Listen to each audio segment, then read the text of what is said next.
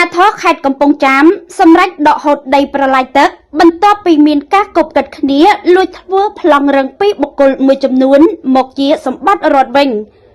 ប្រឡាយទឹករបស់រដ្ឋមួយខ្សែមានទទឹងជិត10ម៉ែត្រនិងបណ្ដោយជាង100ម៉ែត្រស្ថិតក្នុងភូមិកបាសឃុំខ្វិតធំស្រុកព្រៃឈរខេត្តកំពង់ចាមដែលកាលពីខែមិថុនាឆ្នាំ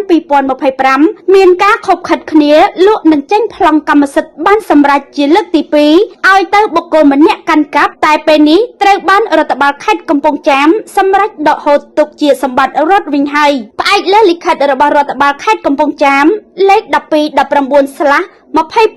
លសចុះថ្ងៃទី29ខែកក្កដាឆ្នាំ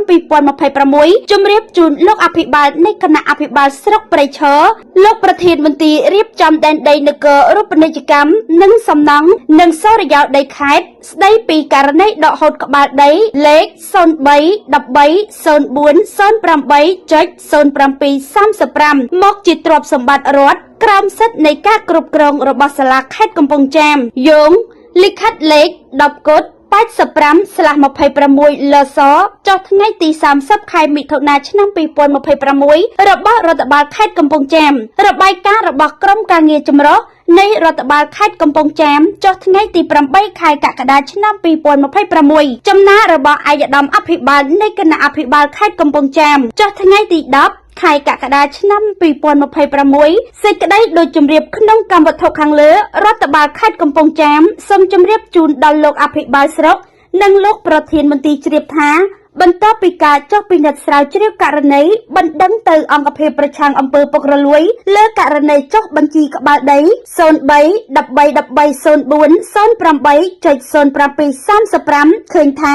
ការចុះបញ្ជីដីធ្លីនេះជូនទៅឈ្មោះង៉ែតសេងហ៊ុនពិតជាមានចំណុចខ្វះខាតដោយសារតែអ្នកផ្ទេរកម្មសិទ្ធិអាស្រ័យផលនិងអ្នកស្នើសុំមានចេតនាបិទបាំងប្រវត្តិទំនាស់នៃដីនេះជាមួយនឹងការចុះស្រាវជ្រាវនេះរដ្ឋបាលខេត្តក៏បានសម្រេចបង្កវិញ្ញាបនប័ណ្ណសម្គាល់ម្ចាស់អចលនវត្ថុនៃក្បាលដីនេះរួចហើយកាលពីថ្ងៃទី30ខែមិថុនាឆ្នាំ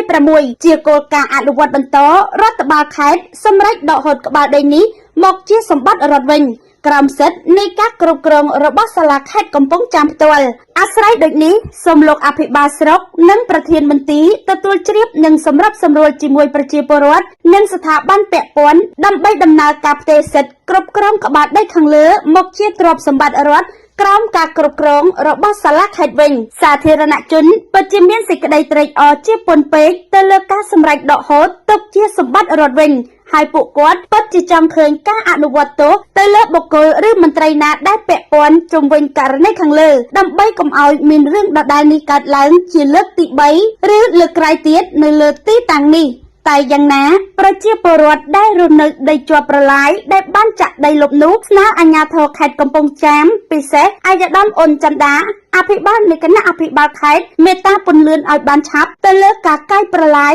ដែលចាក់ដីលុបនោះជាបន្ទាន់ព្រោះគ្រប់ពេលមានភ្លៀងធ្លាក់ម្ដងតែងតែមានផលវិបាកពីការជន់លិចពេលមានភ្លៀងធ្លាក់ពីព្រោះអត់មានប្រព័ន្ធបង្ហូរដើម្បីរំដោះទឹកនោះឡើយបើលិចប៉ុនចាដល់ជំនុំគេវាស្ទះមកនោះបន្លាយចង់និយាយថាកាប់ទូចផ្លូវទឹកហូរវាធំណាស់ដល់បន្លាយកាប់ទូចអញ្ចឹងវាហូរអត់ទាន់ទេមើលឲ្យតែភ្លៀងលិចអញ្ចឹងគិតមិនទៅហើយនេះ